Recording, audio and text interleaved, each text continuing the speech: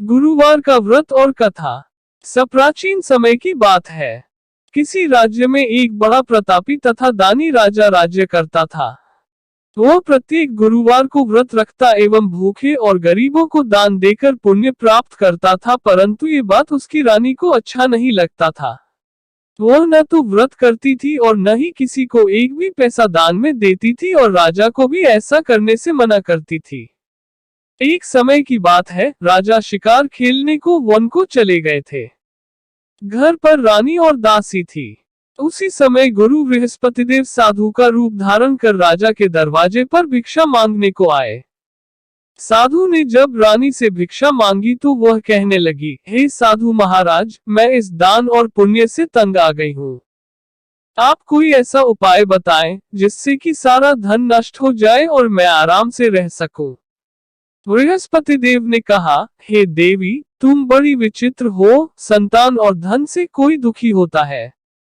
अगर अधिक धन है तो इसे शुभ कार्यों में लगाओ, कुंवारी कन्याओं का विवाह कराओ, विद्यालय और बाग बगीचे का निर्माण कराओ, जिससे तुम्हारे दोनों लोग सुधरे। परंतु साधु की इन बातों से रानी को खुशी नहीं हुई।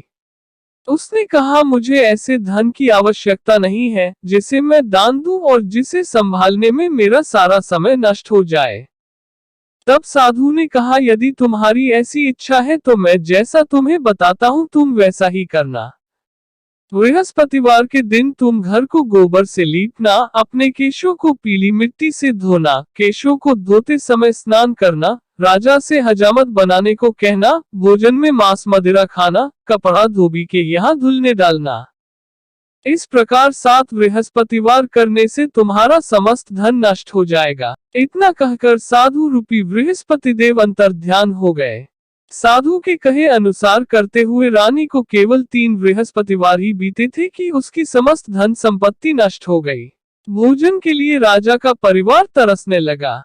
तब एक दिन राजा रानी से बोला, हे रानी, तुम यही रहो, मैं दूसरे देश को जाता हूँ, क्योंकि यहाँ पर सभी लोग मुझे जानते हैं, इसलिए मैं कोई छोटा कार्य नहीं कर सकता। ऐसा कहकर राजा परदेश चला गया।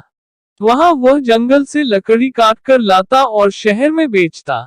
इस तरह वह अपना जीवन व्यतीत करने लगा। इधर राजा के परदेश जाते ही रानी और दासी दुखी रहने लगी। एक बार जब रानी और दासी को 7 दिन तक बिना भोजन के रहना पड़ा, तो रानी ने अपनी दासी से कहा, हे दासी, पास ही के नगर में मेरी बहन रहती है।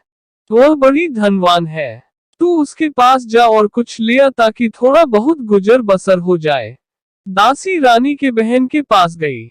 उस दिन बृहस्पतिवार था और रानी की बहन उस समय बृहस्पतिवार व्रत की कथा सुन रही थी। दासी ने रानी की बहन को अपनी रानी का संदेश दिया, लेकिन रानी की बड़ी बहन ने कोई उत्तर नहीं दिया। जब दासी को रानी की बहन से कोई उत्तर नहीं मिला तो वह बहुत दुखी हुई और उसे क्रोध भी आया। दासी ने वापस आकर रानी को सारी बात बता दी। सुनकर रानी ने अपने भाग्य को कोसा। उधर रानी की बहन ने सोचा कि मेरी बहन की दासी आई थी, परंतु मैं उससे नहीं बोली, इससे वह बहुत दुखी हुई होगी। कथा सुनकर और पूजन समाप्त कर वह अपनी बहन के घर आई और कहने लगी, हे बहन, मैं बृहस्पतिवार का व्रत कर रही थी। तुम्हारी दासी मेरे घर आई थी, परंतु जब तक कथा होती है तब तक न तो उठते हैं और न ही बोलते हैं, इसलिए मैं नहीं बोली। कहो दासी क्यों गई थी? रानी बोली, बहन, तुमसे क्या छिपाऊं, हमारे घर में खाने तक को अनाज नहीं था। ऐसा कहते कहते रानी की आंखें भर आई। उसने दासी समेत पिछले 7 दिनों से भूखे रहने तक की बात अपनी बहन को विस्तार पूर्वक सुना दी। रानी की बहन बोली, देखो बहन, भगवान बृहस्पति देव सबकी मनोकामना को पूर्ण करते हैं। देखो, शायद तुम्हारे घर में अनाज रखा हो।